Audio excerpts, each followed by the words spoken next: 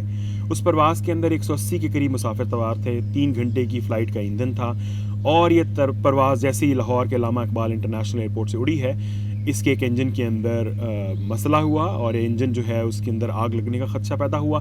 Pilot نے فوری طور پہ اپنی توجہ اس طرف مرکوز کی, اس کی جو آگ ہے اس کو لگنے نہیں دیا, انجن کو ہمت کر کے بند کیا, اور اس بند کرنے کے بعد اس کے لیے مشکل یہ تھی کہ اتنا بھاری بھرکم جہاز ہے اس کو اتارے.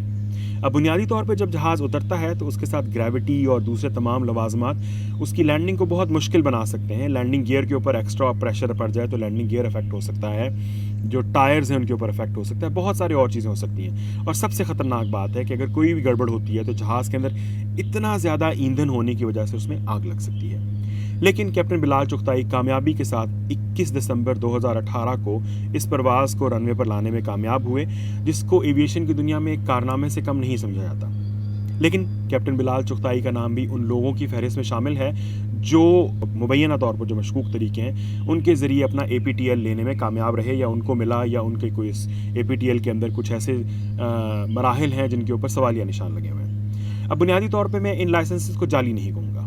میں ان کو جعلی اس لیے نہیں کہوں گا کیونکہ یہ پائلٹ لائسنسز جو ہیں, یہ APTL جو ہیں, یہ لائسنسنگ پراپر طریقے کے ساتھ ہوئی ہے. پاکستان میں لائسنس جاری کرنے کا اختیار صرف اور صرف سول ایویشن اتھارٹی کو حاصل ہے, جس کو پاکستان سول ایویشن اتھارٹی جو ایویشن ڈویژن کے انڈر آتی ہے, جو ڈائریکٹلی وزیر اعظم کو کیبنٹ ڈویژن کے تھرو رپورٹ کرتا ہے. ڈائریکٹر جنرل سول ایویشن ہر پائلٹ کے لائسنس کو جاری کرتا ہے اپنے دستخطوں مہر کے ساتھ, اور اس کی کریڈیبلٹی, اس کی ساکھ کی بنیاد پر ہر پائلٹ فخر کے ساتھ ایک طیارے کو اڑاتا ہے. ایئر لائن پائلٹ کو ہائر کرتی ہے کہ سول ایویشن کے ڈائریکٹر نے اس پہ دستخط کیے ہیں, کچھ سوچ سمجھ کے پائلٹ کو لائسنس دیا ہوگا. اب جب ہم یہ کہتے ہیں کہ یہ لائسنس جعلی ہیں تو اس کا مطلب یہ ہے کہ شاید ایکس کیپٹن نے اپنے گھر کے پرنٹر کو آن کیا, کمپیوٹر پہ تھوڑی سی فنکاری کی, یا شاید گھر بیٹھ کے اپنے بچے کے کلرنگ پینسل لی اور اس کے ذریعے اس نے کچھ تھوڑا سا اپنی فوٹو لگائی اور تھوڑا سا ID لگایا, اس کے اوپر اچھی اچھی باتیں اپنے بارے میں لکھی اور شاید لائسنس بنا لیا. جعلی لائسنس میرے نزدیک یہ ہے, سول ایویشن کے جو لائسنس ان تمام پائلٹس کے پاس ہیں وہ جعلی نہیں ہیں. ان کا طریقہ کار جس کے ذریعے وہ جاری کیے گئے ہیں, وہ امتحان, اس امتحان کے کچھ حصے, اس پروسیسز کے اوپر سوالیہ نشان لگ سکتے ہیں, ان کے اندر ایشوز ہوتے ہیں, لیکن ان تمام پائلٹس کے جو لائسنسز ہیں وہ 100% ایکوریٹ ہیں. اگر ہم اس لائسنس کی بات کریں, وہ کاغذ کا ٹکڑا یا وہ ایک سند جو کہ سول ایویشن کی طرف سے جاری کی گئی ہے, تو وہ 100% درست ہے, اس کے اندر کوئی شک شبہ نہیں ہے. کیا ان تمام پائلٹس کو جہاز اڑانا آتا ہے؟ بالکل ان کو اڑانا آتا ہے. ان تمام پائلٹس میں سے اکثر کے پاس سینکڑوں اور چند کے پاس ہزاروں فلائنگ آورز ہیں مختلف طیاروں کے اوپر. لیٹس سے بلال چغتائی, ان کے پاس پاکستان انٹرنیشنل کے اندر جو مختلف طیارے ہیں ان کو اڑانے کا ہزاروں آورز کا ایکسپیرینس ہے. یعنی بلال چغتائی نے پاکستان انٹرنیشنل ایئرلائن کے فوکر F-27 سے لے کر ایئر بس A320, بوئنگ 737, بوئنگ 777, ایئر بس A310, ان تمام پر ایز اے فرسٹ آفیسر کام کیا ہوا ہے, اور پھر ان میں سے A320 اور ATR کے اوپر ایز اے کیپٹن کام کیا ہوا ہے. اب یہ تھوڑا کام نہیں ہے, ہزاروں اس کے اوپر جو مثلاً فلائنگ آورز ہیں, سینکڑوں پروازیں ہیں جو انہوں نے اپنے سفر کے دوران کی ہیں. اس طرح بہت سارے ایسے پائلٹس ہیں جن کے پاس صرف پاکستان کے APTL نہیں بلکہ امریکہ, کینیڈا کے APTLs ہیں, یعنی وہاں پر انہوں نے یہی ایگزیکٹ جو پروسیس ہے وہ مکمل کر کے, یا اس سے ملتا جلتا پروسیس ان ملکوں کا مکمل کر کے APTL حاصل کیا ہے, جس کی بنیاد پر وہ اس بات کے قابل ہیں کہ کوئی بھی ایئر لائن ان کو اپنے پاس ایز اے پائلٹ رکھ سکتی ہے. تو پھر مسئلہ کہاں پہ آتا ہے؟ اب پہلے تمام پائلٹس جو مثلا ہمارے پاکستان انٹرنیشنل ایئر لائنز یا بھوجا یا ہجویری ایئر ویز یا راجی ایئر لائنز یا ایرو ایشیا کے لیے کام کرتے تھے, وہ 2 پرچے دیتے تھے اور اس کے بعد دوسرے ٹیسٹ اور سیمولیٹرز اور ٹریننگز اور پریکٹیکلز کی بنیاد پر APTL حاصل کرتے تھے. اب اچانک سے راتوں رات ان سب سے کہا گیا کہ جی آپ کو 8 پرچے دینے ہیں, اس کے علاوہ آپ کا باقی سارے لوازمات علیحدہ ہوں گے، تب جا کر آپ کو APTL ملے گا۔ اب سوال یہاں پر یہ پیدا ہوتا ہے کہ کیا پرانے نظام یا نئے نظام کے اندر کچھ امپرومنٹ ہے، کیا کوئی ایسی خاص چیزیں ہیں جن کے اندر بہت زیادہ کوئی سیفٹی امپروو ہو گئی ہے، یا کوئی ایسا کوئی سرخاب کے پر لگ گئے ہیں شاید ہوا بازی کے اندر، جن کو ان 21,000 سوالوں میں یعنی کہ ان کے اندر ان کا احاطہ کیا جائے گا، جو وہ 2 ٹیسٹ نہیں کر پا رہے تھے اور یہ ٹیسٹ کر پائیں گے۔ اگر ہم حقائق دیکھیں تو 2012 سے پہلے ہماری ہوابازی شاید زیادہ محفوظ تھی، 2012 کے بعد ہماری ہوابازی کم محفوظ ہوئی ہے۔ کیا ان سوالات کا افیکٹ اس کے نتیجے میں ہوا ہے؟ اگر ہم پریکٹیکلی دیکھیں تو ان سوالات کے نتیجے میں لیے جانے والے امتحان کا ایک پائلٹ کی پریکٹیکل زندگی پر 1% بھی اثر نہیں ہے، اور اس کی APTL کے اوپر 5% کے قریب اس کا اثر پڑتا ہے۔ 95% پھر بھی اس کا پریکٹیکل ایگزامز، اس کے سیمولیٹرز، اس کی دوسری جو فلائٹ ٹریننگ ہے، اس کی جو فلائٹ ڈیمانسٹریشنز ہیں، ان سب کی بنیاد پر کیا جاتا ہے۔ تو سوال یہ پیدا ہوتا ہے کہ مضحکہ خیز قسم کا سسٹم کس لیے بنایا گیا تھا؟ تو میری ذاتی رائے میں، اور بہت سارے ماہرین جن سے بات کی ہے اس کی بنیاد پر میں نے یہ ذاتی رائے قائم کی ہے، پاکستان سول ایویشن میں بعض افراد نے میلافائڈ انٹینشن، اب یہ میرے الفاظ نہیں ہیں، یہ بہت سارے لوگوں کے الفاظ ہیں، کہ میلافائڈ انٹینشن کی بنیاد پر یہ فیصلہ کیا گیا کہ جو پائلٹنگ کا سسٹم ہے اس کے اندر مزید گنجائش پیدا کی جائے، تاکہ بہت سارے ایسے لوگ جو عمومی راستوں سے پائلٹ نہیں بن سکے وہ اس طرح پائلٹ بن سکیں۔ 2012 کے بعد اچانک سے کانٹریکٹ پر پائلٹوں کی بھرتی کا سلسلہ شروع ہوا، اور یہ دور اگر آپ سب کو یاد ہے تو پیپلز پارٹی کا دور تھا، اور پیپلز پارٹی کے دور میں پاکستان انٹرنیشنل ایئر لائنز کا بیڑا غرق کر دیا گیا تھا۔ تو بنیادی طور پہ سمجھ میں آتی ہے کہ اس دور میں کیا کچھ ہوا ہوگا۔ کیا اس دور میں کرپشن ہوئی تھی؟ بالکل ہوئی ہوگی۔ کیا اس دور میں اقربا پروری کی گئی تھی؟ بالکل کی گئی تھی، کیونکہ اس کی بہت ساری روشن مثالیں ہیں، اور اس طرح بہت سارے ایسے معاملات ہیں جن کی بنیاد پر ہم واضح طور پہ یہ کہہ سکتے ہیں کہ کچھ گڑبڑ تھی، اور یہ گڑبڑ صرف PIA کے اندر نہیں تھی، یہ گڑبڑ سول ایویشن کے اندر تھی، سول ایویشن کے لائسنسنگ ڈپارٹمنٹ کے اندر تھی، سول ایویشن کے اس ڈپارٹمنٹ کے اندر تھی جو ٹیسٹنگ کرتا ہے۔ اب یہ لائسنسنگ کا یہ APTL کا ٹیسٹ کہاں دیا جاتا ہے؟ سول ایویشن کے دفتر میں۔ اسے کون چیک کرتا ہے؟ سول ایویشن کا عملہ۔ اس کے اوپر نمبر کون لگاتا ہے؟ سول ایویشن کا عملہ۔ اس کے لیے کمپیوٹر کس کے استعمال ہوتے ہیں؟ سول ایویشن کے کمپیوٹر استعمال ہوتے ہیں۔ ان کے اندر جو ڈیٹا ہے اس کے ایکسس کہاں سے ہوتا ہے؟ سول ایویشن کے دفتر سے ہوتا ہے۔ اس کا کسٹوڈین کون ہے؟ سول ایویشن ہے۔ تو پھر اگر اس میں کوئی ہینکی پینکی ہوئی ہے تو اس کا ذمہ دار پائلٹ اکیلا کیسے ہو سکتا ہے؟ مجھے یہ بات سمجھ میں نہیں آتی۔ آپ کو سمجھ میں آتی ہے؟ دوسرے نمبر پہ ہم یہ کہتے ہیں کہ پائلٹ نے 15 لاکھ روپے دے کر لائسنس حاصل کیا۔ 15 لاکھ والی بات کہاں سے آئی؟ کیا آپ نے کبھی سوچا ہے کہ ہمارے ہاں 1,000 روپے میں ڈرائیونگ لائسنس مل جاتا ہے، اور اگر آپ نے دوسرے طریقے سے لائسنس لینا تو آپ کو بہت ساری لائن میں لگنا پڑتا ہے؟ کیسے آپ کو پتہ چلتا ہے کہ 1,000 میں لائسنس مل جاتا ہے؟ ان لائسنسنگ کے دفتروں کے باہر لوگ بیٹھے ہوئے آپ کو بتا رہے ہوتے ہیں، پاسپورٹ کے دفتر کے باہر لوگ بیٹھے بتا رہے ہوتے ہیں کہ 1,000 روپے دے دیں، دوسری طرف لوگ بیٹھ کے بتا رہے ہوتے ہیں۔ آج وفاقی وزیر برائے ہوابازی غلام سرور خان نے بھی کہا کہ سول ایویشن کے علاوہ کچھ لوگ بھی ہیں جو اس میں انوالو تھے۔ تو جب پائلٹس نے ان 8 پرچوں اور ہزاروں سوالات کے اوپر احاطہ کر کے اپنے پرچے دینا شروع کیے تو ان میں سے کچھ فیل ہونا شروع ہو گئے۔ جو فیل ہونا شروع ہو گئے ان کے پاس اچانک سے آ کے کسی نے خسر پسر شروع کی کہ اگر آپ اپنے اس سارے سلسلے کو پیسے لگائیں گے، اس کے نیچے پہیے لگائیں گے تو لائسنس آپ کا ہو سکتا ہے۔ You don't need to worry about it. 2 lakh, 3 lakh, 4 lakh, 5 lakh, 15 lakh تک کہانی گئی۔ لوگوں نے پورے کے پورے 8 پرچے جو ہیں وہ دیے گئے۔ کسی کی شرٹ کے اندر کیمرہ لگا کے اس کو بتایا گیا کہ یہ سوال کا جواب یہ ہے، کسی کی جگہ کسی اور کو بٹھا کے سوال کیے گئے۔ لیکن یہ سارا کس نے کیا؟ سول ایویشن اتھارٹی کے لوگوں نے۔ جو لوگ یہ ٹیسٹ لینے کے ذمہ دار تھے انہوں نے کیا۔ کس کو ڈمی کے طور پہ لا کے بٹھانا ہے، کس ڈمی نے کون سے سوالات کے جواب دینے ہیں، سوالات کے جوابات درست کیا ہیں؟ کیونکہ اگر آپ ان ہزاروں جو سوالات ہیں ان میں سے دیکھیں، ان میں سے بعض ایسے بھونڈے اور مضحکہ خیز ہیں کہ آپ سوچتے ہیں کہ یہ تو کسی ڈرائیور سے بھی نہیں پوچھے جانے چاہیے، آپ پائلٹ سے پوچھ رہے ہیں۔ یعنی ان سوالات کے اور بہت سارے سوالات میں آپس میں تضاد ہے۔ مثال کے طور پہ سوال نمبر 2000 سمتھنگ کا جواب A اگر ہے تو وہی سوال جو ہے وہ 6000 سوال کے اندر جا کے اس کا جواب C ہو جائے گا۔ اب کیا آپ کو نہیں لگتا کہ یہ سوالات اس بنیاد پر ترتیب دیے گئے ہیں کہ پائلٹ شاید ان کو پاس ہی نہ کر سکیں؟ اب یہ ساری باتیں بہت مضحکہ خیز لگتی ہیں، لیکن وفاقی وزیر برائے ہوابازی کی پارلیمان میں تقریر اور آج کی پریس کانفرنس کو دیکھنے کے بعد بھی آپ کو مضحکہ خیز لگتی ہیں؟ یہ میں آپ پہ چھوڑتا ہوں، آپ اس کا فیصلہ خود کیجیے گا۔ لیکن لوگوں نے پیسے دیے، لوگوں نے پورے کے پورے 8 پرچے پیسے دے کے کسی اور سے دلوائے۔ وہ کوئی اور کون تھا؟ وہ کوئی آسمان سے اتری مخلوق نہیں تھی، وہ سول ایویشن کے لوگ ہی تھے۔ انہی کے جاننے والے ہیں, انہی کے وہ لوگ جنہوں نے پرچے پاس کیے ہوئے تھے, انہوں نے بیٹھ کے پرچے کیے. پائلٹ صاحب ناروے کی فلائٹ پہ تھے, پیچھے پرچے دیے جا رہے تھے. پائلٹ صاحب ملیشیا میں سیمولیٹر کی ٹریننگ کر رہے تھے, پیچھے سے پرچہ دیا گیا. اب ظاہری بات ہے یہ ساری چیزیں ڈھکی چھپی نہیں رہتی, اور پائلٹ کے اندر یعنی سارے پروسیس کے اندر آپ نے کانٹریکٹ والے بھی آ گئے, 25 پائلٹ کیڈٹس ہر سال آ رہے ہیں, وہ بھی اس سلسلے میں گھس گئے ہیں. تو ظاہری بات ہے اگر میں کسی ناجائز طریقے سے اوپر آ رہا ہوں تو دوسروں کو پرابلم ہوگا, اور آہستہ آہستہ یہ باتیں ہونا شروع ہوگی. پائلٹس میرے ساتھ ذاتی طور پہ بات کرتے ہوئے, واٹس ایپ پہ گفتگو کرتے ہوئے مانتے ہیں کہ انہیں پتہ ہے کہ فلانے پائلٹ کے بارے میں سرگوشیاں ہوتی تھی, چیمگوئیاں ہوتی تھی کہ اس نے ڈوبیس طریقوں سے کیا ہے. ان کو یہ بھی پتہ ہے کہ کس پائلٹ نے پورے 8 کے 8 پرچے جو جگاڑ لگا کے کیے ہیں. اب یہ ساری باتیں ہوتی تھی, سب پائلٹس کو پتہ ہے, یہ پرانی بات نہیں ہے. اگر آپ آج بھی کسی پائلٹ سے کہیں کہ وہ اپنے دل پر ہاتھ رکھ کے بتائے کہ اس کو نہیں پتا کہ ان پائلٹس میں سے کون سے جینون ہیں اور کون سے جینون نہیں ہیں, تو وہ آپ کو بتائے گا کہ بالکل حقیقت اگر اس نے بتانی ہوگی, اور مجھے بہت سارے پائلٹس نے حقیقت بتائی.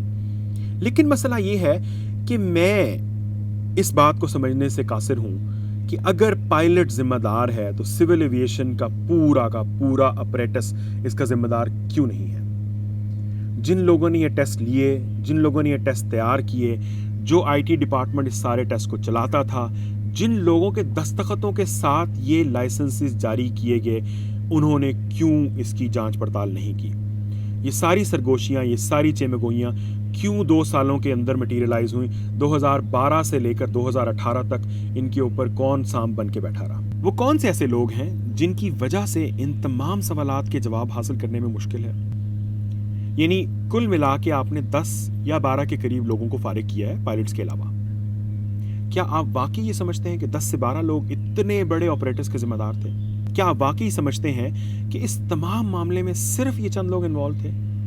کیا اس شخص کی ذمہ داری نہیں ہے جس کے دستخطوں کے ساتھ یہ لائسنسز جاری ہوتے رہے؟ بے شک وہ کوئی ڈائریکٹر جنرل ہے, بے شک وہ کوئی ٹریننگ کا انسٹرکٹر ہے, یہ تمام لوگ اس میں انوالو ہیں. تو آخر کیا قباحت ہے کہ اس تمام معاملے کی ایک اوپن ٹرانسپیرنٹ انکوائری کروائی جائے اور اس میں ملوث تمام لوگوں کو سامنے لایا جائے؟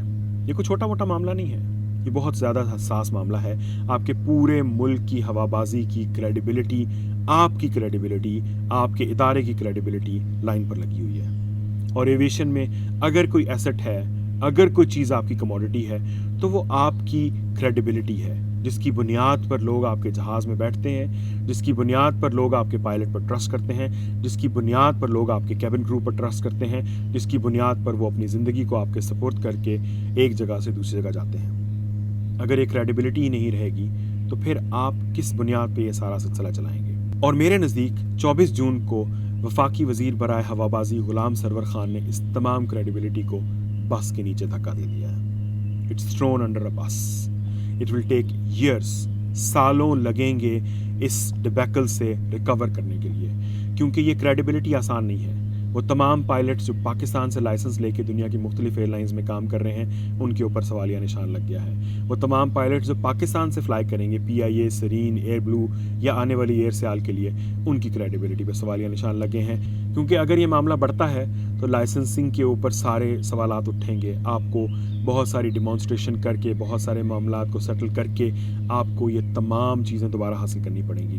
آپ کو لوگوں کو ثابت کرنا پڑے گا کہ آپ کے ٹیسٹنگ سسٹم, آپ کی جو ریگولیٹر ہے سول ایویشن اتھارٹی, وہ اس قابل ہے کہ اس کے اوپر اعتماد کیا جا سکے.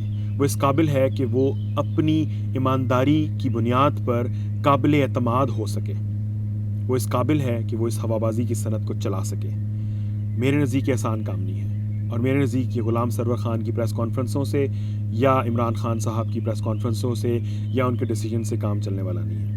اس کام کے اندر آپ کو ICAO, IATA جو انٹرنیشنل ایئر ٹرانسپورٹ اتھارٹی ہے, اور دوسرے بین الاقوامی اداروں کو جس میں IFALPA شامل ہیں, ان کو آپ کو شامل کر کے ایک وائڈر ایک ریویو پروسیس کا آغاز کرنا پڑے گا, جس کے نتیجے میں آپ یہ کریڈیبلٹی حاصل کر سکتے ہیں. ورنہ یہ جو وائٹ واش قسم کی کریڈیبلٹی ہے وہ اتنی ہی اہم ہوگی جب تک کوئی نیا وزیر آئے گا اور وہ نیا ایک پنڈورا باکس کھولے گا.